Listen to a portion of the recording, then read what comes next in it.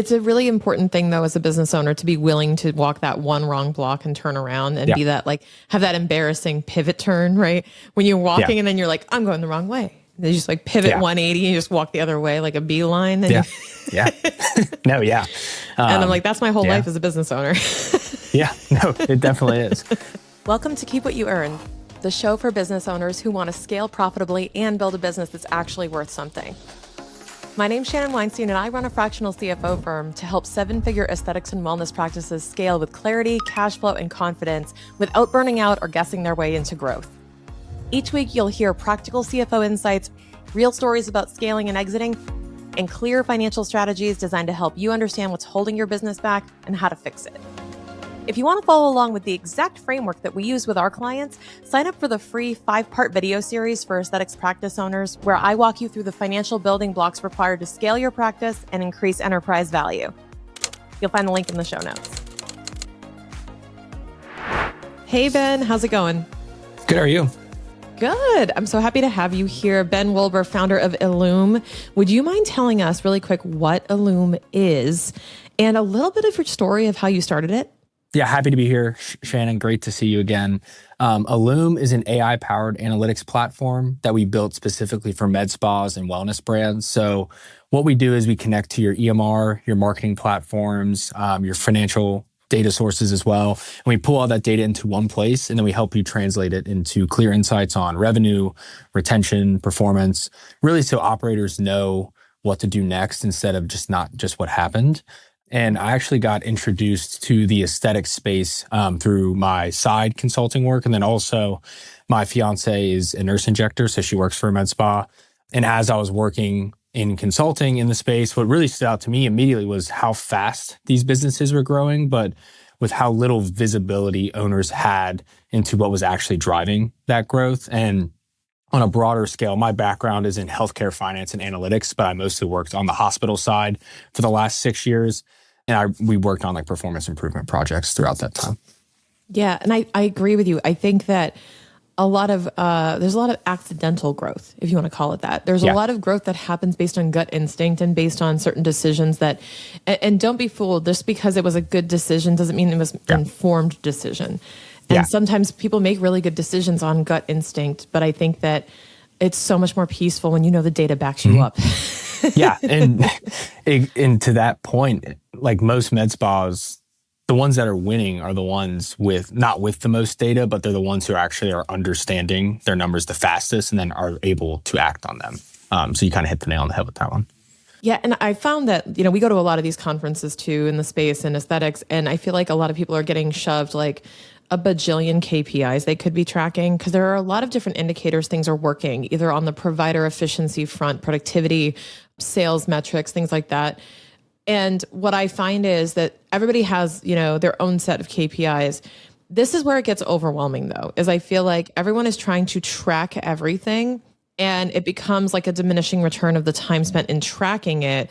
What have you seen in terms of, I guess, maybe mistakes made in the tracking, whether it be not tracking it or doing too much, right? Like, where is that balance?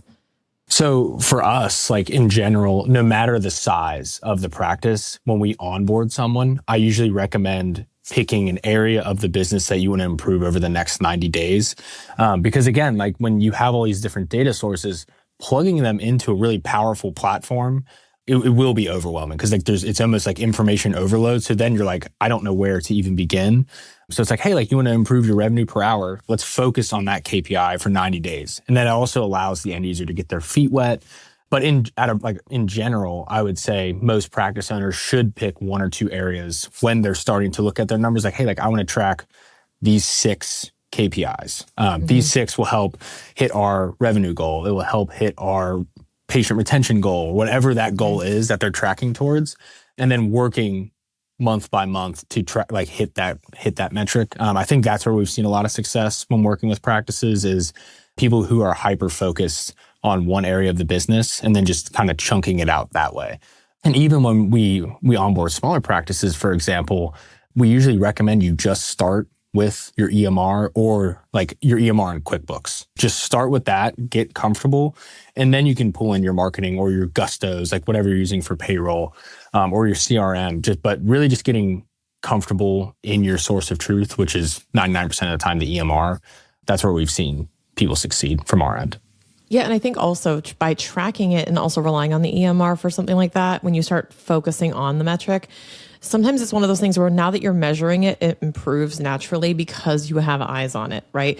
It's like your weight. Like if you start tracking your food, you're going to start having better habits. So once you start tracking utilization, you start tracking revenue per hour, suddenly you're paying attention to those behaviors that impact it. And then naturally it's going to improve, I hope, just by simply tracking it. Yeah. And you brought up a good point too, that like, and this is what we do in the CFO space as well, is whenever we have a practice we're working with, we use the kind of the theory of constraints. And we say, where is the biggest constraint in the business right now, where if we focused on that one metric or those two metrics for the next 60, 90 days, what is the best use of our time to unlock that? And I think it's a very similar approach.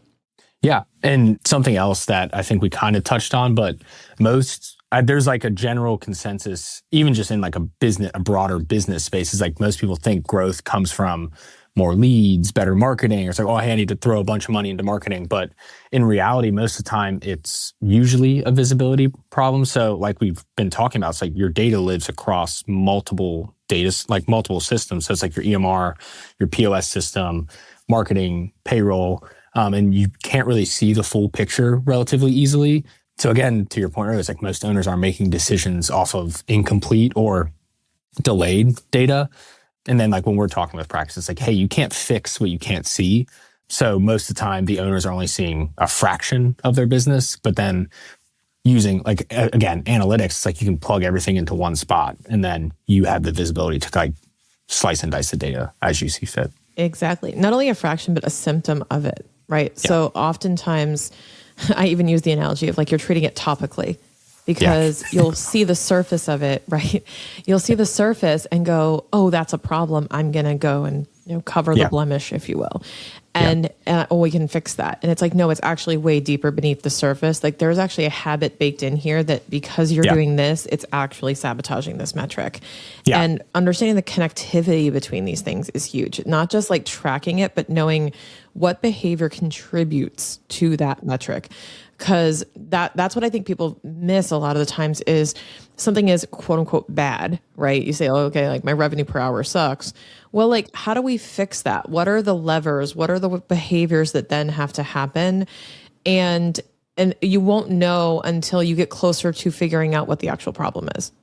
Yeah, no, I wholeheartedly agree. And then something else that I think you'll be able to answer a little bit better than I can, there's a lot of interest in like growing by acquisition or like building your solo location to be like a very like attractive acquisition target. So I'd be curious from your end, like what steps are you taking from like even like a data perspective or like what levers are you implementing as a fractional CFO to help those solo locations get ready to A, either grow by acquisition or B, get acquired? One of the biggest questions that we get as CFOs is, when am I ready to expand? When am I ready to exit? Unfortunately, it is a complicated question, but the answer can be simplified into a framework that we've developed that helps identify the 5 financial vital signs that are indicating if you're ready for expansion into new locations or possibly an exit. You can find the link to the video series in the show notes that walks you through the simplified framework and helps you identify the biggest thing in your way to those goals.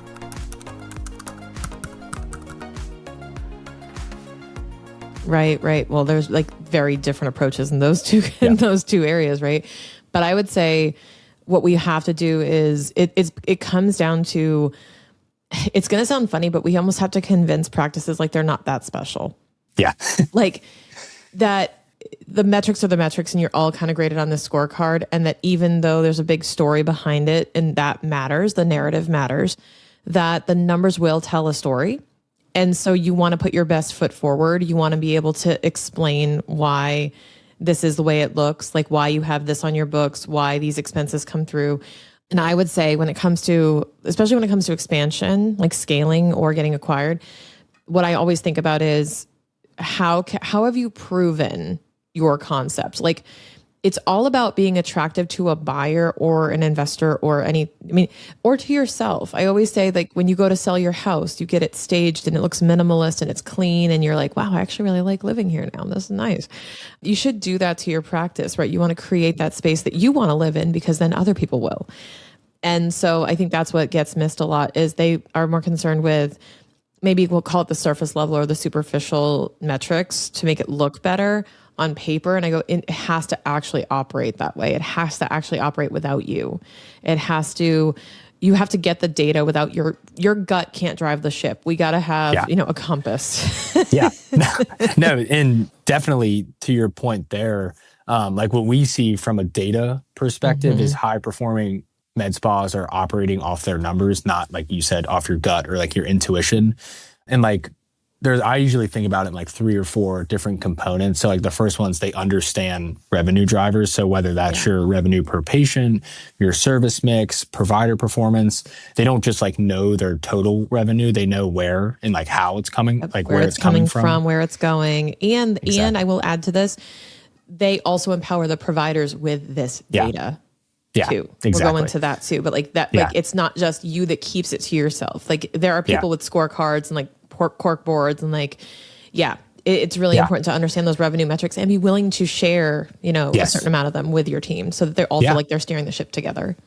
And then you got those revenue metrics. And then what other items are you looking at?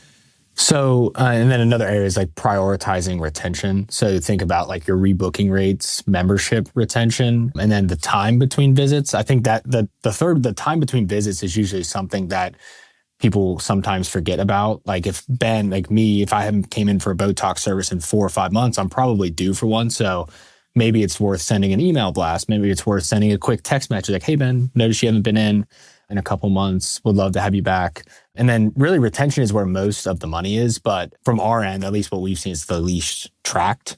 And then a third area is most high performing med spas, they move very fast. So it's weekly decisions versus monthly or quarterly.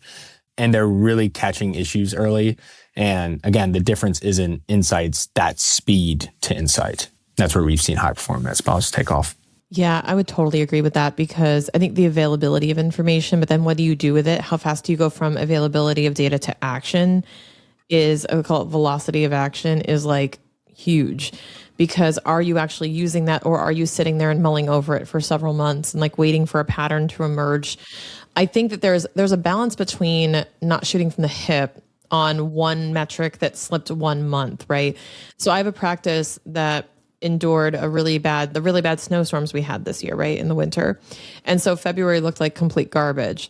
And so they were like, I think we need to change something. We need to do this. We need to do that. And I was like, or was it just that your patients couldn't get there? Was it acutely caused by something, or it was more chronic, right? Yeah. So that's another thing that I think people don't realize, is that the data will not lie to you, but you also have to, like, you as a human, understand circumstance, understand nuance, and this is why I get into like why this makes sense to have a human layered on or have a human element to it, because even AI doesn't always, I mean, it probably will at some point, but like there's a bit of that roboticness of, well, based on the data, it sounds like you need to lay off somebody because you were not busy in February. Well, no, it's because nobody could get there. So Ben, before we were hopping on the call on the podcast, you were telling me about, you guys did a really cool case study. So I want to talk about that. And I want you to elaborate on that. I literally know nothing. I said, just save it for the show. I want to hear about it. Yeah. Yeah. So this has been in the works really the last, I guess, 120 days or so. We've been working with a practice doing about $1 million in revenue annually, and utilizing our platform. Ava, our AI analyst, flagged like, hey, you have a cancellation rate problem. And their rate was about 15 or so percent. And they weren't actively tracking that. And by us helping them identify and addressing it, reducing cancellations by a few percentage points, it created roughly about an $80,000 revenue opportunity annually. And that's like without increasing marketing spend. So like the punchline with that is the data surfaces the easiest and highest impact opportunities. And again, that took all of, even from like the last like 120 days, but like it took us all of 30 minutes to find that and then implement a plan to fix that. Because again, as you were saying earlier, it's like all these metrics are intertwined throughout the different roles within the practice. And again, like for us working with a lot of smaller practices, that's kind of our thesis right now is like, how do we like appeal to each level of the practice? Like, how do we make each person data driven? Whether that's the injector, whether that's the esthetician, whether that's the front desk person's like, what level of insight do they need into the day-to-day data to help make them a more data-driven organization? Yeah. And a lot of it is they need skin in the game. Yeah. And to some extent, so what I've seen a lot of practices doing too, this is kind of going back to your other question, is if they're high performing, not only do their people know the numbers, but they're measured on something other than sales. So what I have found is that there's a lot of surface level relationship, more transactional relationships with personnel, because we do have a turnover problem in the industry. And what I'm seeing is there's a transactional relationship when they feel disconnected from the company and the results. So when they're feeling disconnected, even if you're saying, oh, I offer them a commission, but that's just turning them into kind of frontline salespeople. And if they're not really getting the right revenue from the right services because of the right margins, or they're not fully utilized and they're not hitting those revenue per hour metrics, then the company is really not served really well by all that effort. So I think it's a more well-rounded idea of how they're contributing to the practice and what good looks like. And then they can also unlock better compensation structure, like better bonuses, because they're being measured on a scorecard that matters. Yeah. What also from our seat, it's like giving everyone in the practice access, one, and then the tools, two, to make better decisions. Because it's like, hey, like my revenue per hour goal is $100 per hour. I'm at $50. Hey, here's some steps that you as the injector can take to improve that number, and simplifying that into like plain English, not putting there a full-blown robust report, but say, hey, here's 3 bullets that you as the injector can take to improve this number. And even better, do you ever encourage we'll say the injectors or the personnel to propose the solution or be part of that solution? Because I feel like then they're more enrolled in the idea if it was their idea. Like, how do you think we can improve this, right? Where do you see it slipping? So what we're doing today actually is we have different views within our platform that each role within the practice can utilize. So again, it touches close to home for me. My fiance is an injector. In December, she was trying to track her commission structure and she was doing it manually. And we were sitting there, I was like, well, like we can just build you like a role-based report for you. So that's a space that we've really leaned into. And we're starting to get a lot of traction from injectors as well, just because they're able to utilize the chatbot feature. They're able to utilize our business insights hub, where when you plug in your data sources, AI is constantly analyzing that and then pushing recommendations at you as the end user. So that's been really cool to see, especially because, again, our platform is designed for med spas with less than 5 locations, and giving them access to that level of data is really changing a behavior within like the space in general. So it's been cool to see that come to fruition. That's super cool that you have that different level of visibility, because I also think that too much visibility can be overwhelming. And then it's like, yeah, I don't know how I can enact change in these numbers. And what I've noticed is, going back to this turnover, I'm also seeing this kind of tension and lack of trust between the providers and the owners, where the providers may have an impression that the owner is just like cashing major checks and like not giving them any share of it, right? And like, oh, I don't trust that my commission was done right. I don't trust that this is correct, right? And I think now if they can also see that, they can also back into, oh, that's how they came up with it. Oh, I actually cost the practice more money than I thought I did, right? And figuring that all out, I think that transparency creates a lot more trust.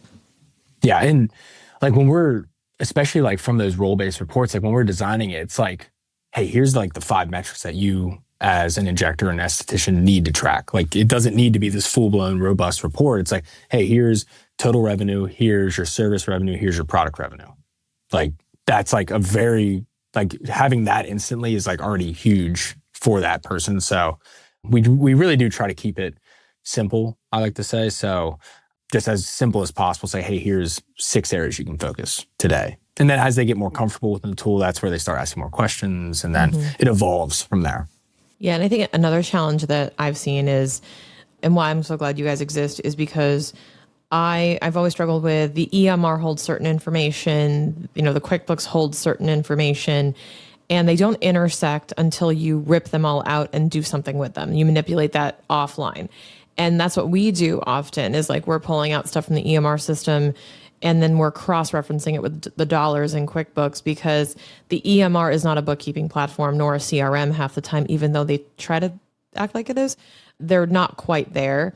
And so talk to me about how you've seen a benefit in those things intersecting now that they can interact with one another or at least be displayed together through your product.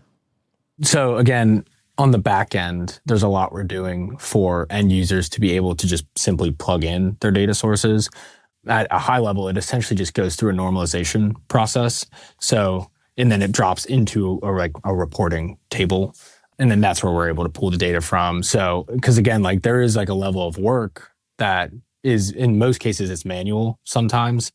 Not for us, but like in general, it's manual to make those different data sources talk to each other. But like we've automated that on the back end. And now you have clean reporting, you have AI insights, you have a lot, it makes it much, much better. And from like a time saving perspective, we were working with someone and we saved them, it was a professional services firm and we saved them 8 hours of reporting per client. So again, all they were doing was pulling different reports from each data source and then putting them into their own personal report that they were sending to the client. So we fully automated that process for them, which was really cool to see. That's awesome.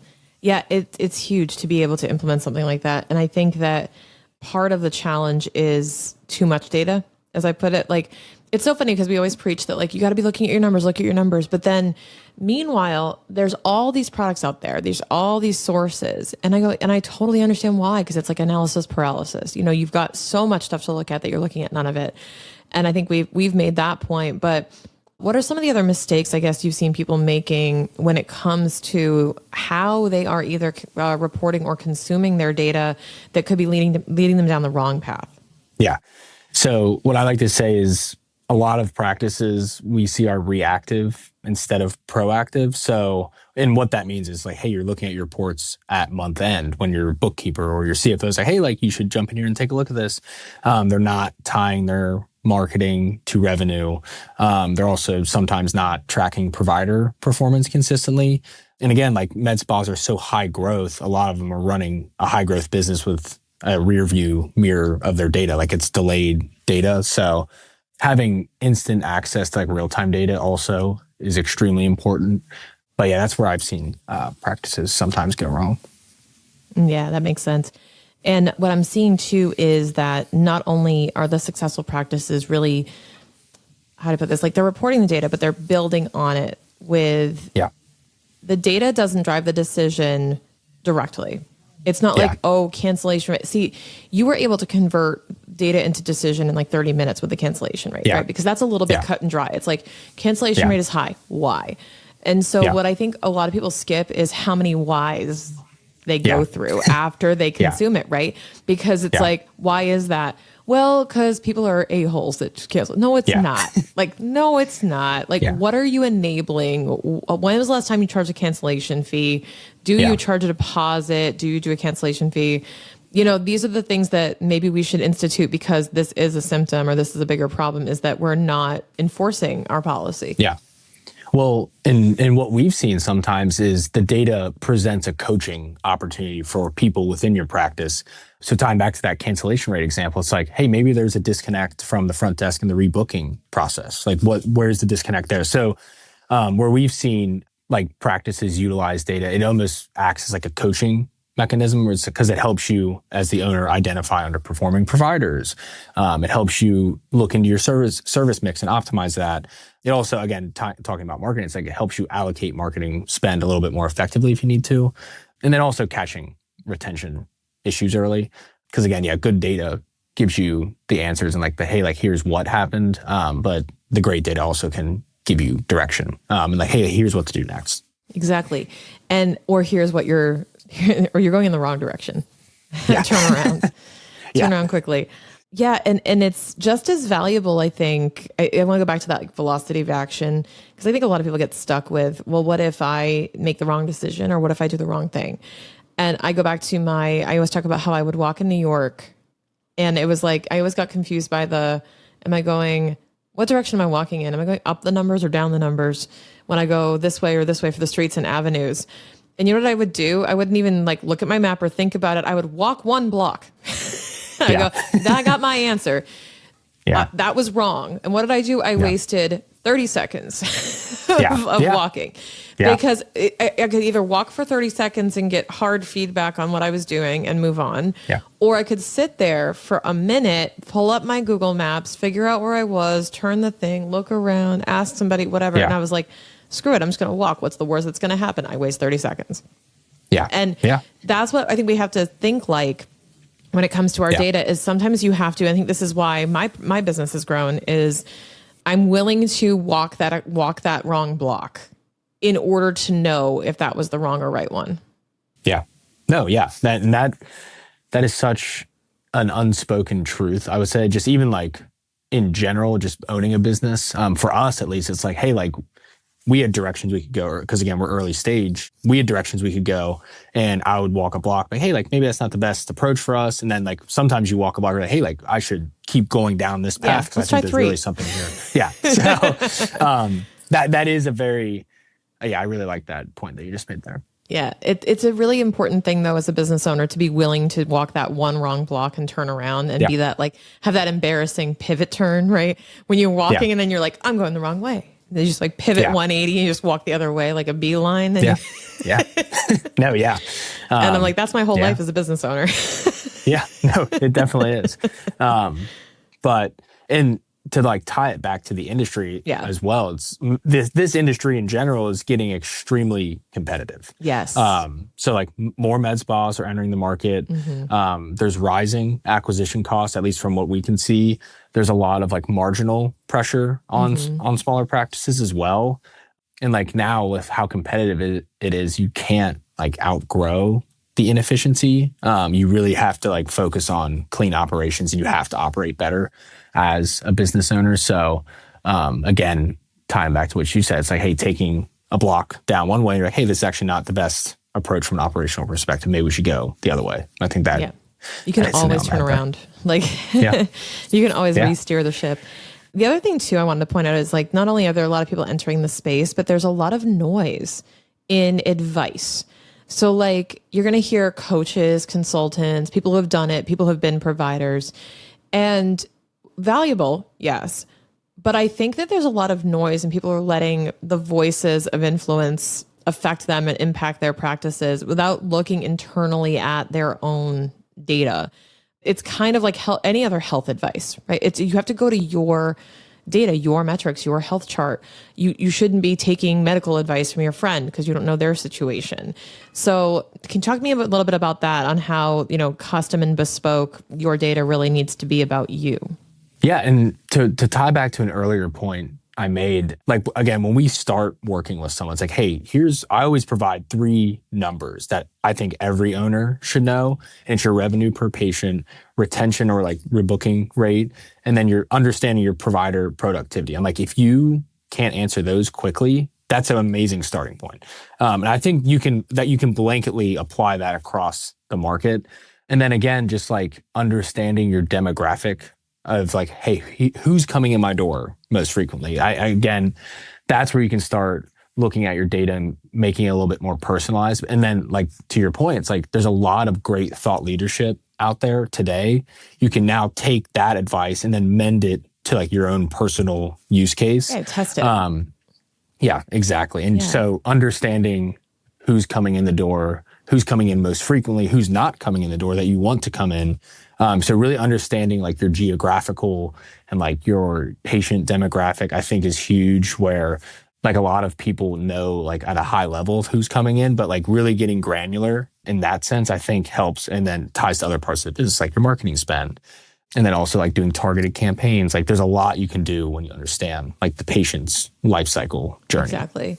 And what I think actually goes unnoticed a lot of the time is how having good data behind you, the numbers and the metrics, can help you have tough conversations.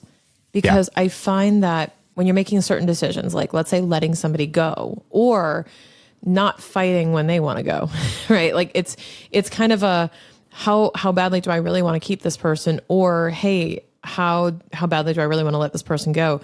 And I think a lot of people struggle, especially in this type of space, because this industry is full of a lot of very heart-centered people, very like hearts of service.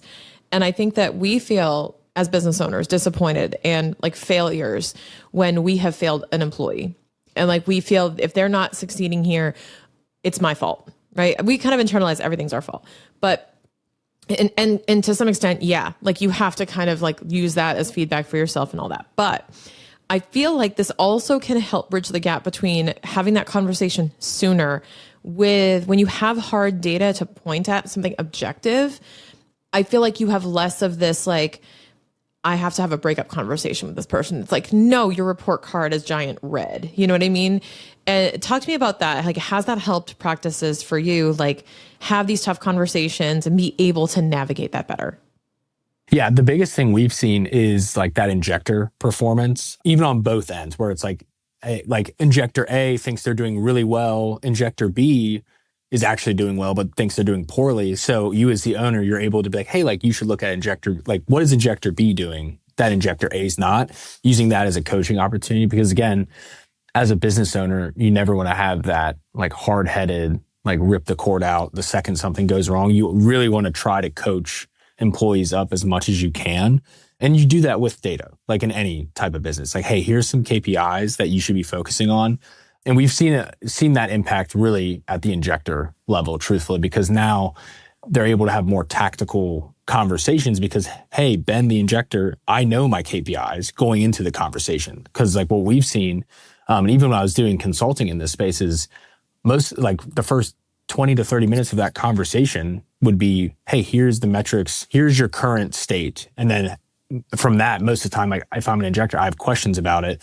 And then by the end of the call, it's like you only have 15 minutes to really have like a meaningful coaching conversation. Mm-hmm. So now arming the all employees at every level of the practice with that data, we've seen at least from RC, it allows the owner to have more like a very more fruitful like coaching conversation. If I had to put a pin on that one. Yeah, exactly. And you know, like I said, I think it's challenging to have those conversations because I think people avoid them like crazy, going like, I just want to have like, I don't want to be uncomfortable. I don't want to deliver bad news. I don't want to do. But I think that if it helps with two things, it helps make that conversation more objective, but it also helps where that's not a blind side because they should know that they've been in the red the last 3 months. They should know that they're on a decline for their metrics. They should know I liken it to school where when you got your grade at the end of the semester, that probably didn't surprise you most of the time because you had quizzes and stuff in between. Like you had these checkpoints where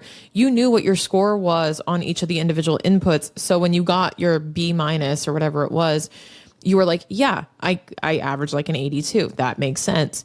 But I think what a lot of practices are doing is they're just like slamming the grade on the counter with like no final exam, no quizzes in between. And so people go, well, how did you get that? Like, how does that work? And that's why the trust isn't there because there's not an ability to have that visibility and transparency. Yeah.